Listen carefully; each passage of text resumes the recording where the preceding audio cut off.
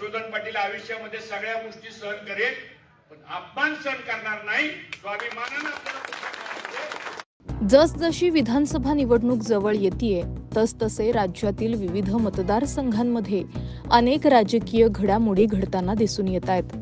पुणे जिल्ह्यातील महत्त्वपूर्ण समजला जाणारा इंदापूर मतदारसंघामध्ये देखील मागील काही दिवसांपासून विविध राजकीय घडामोडी घडताना दिसून येत आहेत.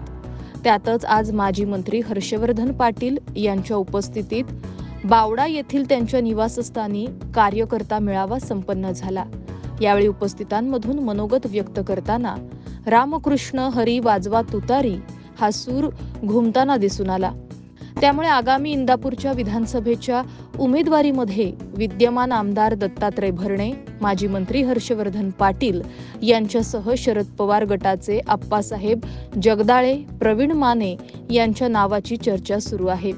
त्यातच हर्षवर्धन पाटील यांच्या उपस्थितीत तुतारीची घोषणा होत असल्यानं आगामी विधानसभेची समीकरणं निश्चितच बदलणार असल्याचं दिसून येतंय.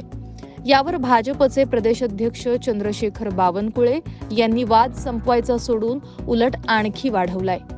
जे सोडून जात आहेत त्यांना आम्ही अडवणार नाही असं म्हणत त्यांनी भाजपची कोंडी केली आहे. मी सांगतो की महायुतीमध्ये ज्या सीट राष्ट्रवादीकडे गेल्या त्या ठिकाणी भारतीय जनता पार्टीचे मागच्या वेळी लढलेले आमचे नेते त्यांना थांबायचे नाही आहे विधानसभेमध्ये.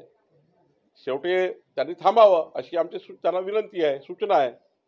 पण त्यांनी जर विचार केला तर आम्ही त्यांना काही थांबवू शकत नाही. यावर हर्षवर्धन पाटील यांनी देखील बावनकुळे यांना आपण काहीही करू पण अपमान सहन करणार नाही असं म्हणत बावनकुळे यांना सुनावलं आहे.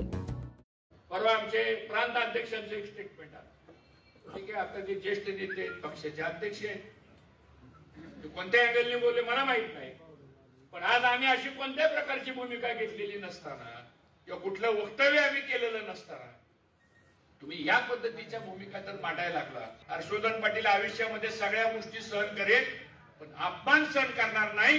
स्वाभिमानानं आपल्याला त्यामुळे येत्या काही दिवसात हर्षवर्धन पाटील यांच्या रूपानं पश्चिम महाराष्ट्रात भाजपला मोठा धक्का बसू शकतो. याची मोठी किंमत भाजपला विधानसभेत मोजावी लागू शकते.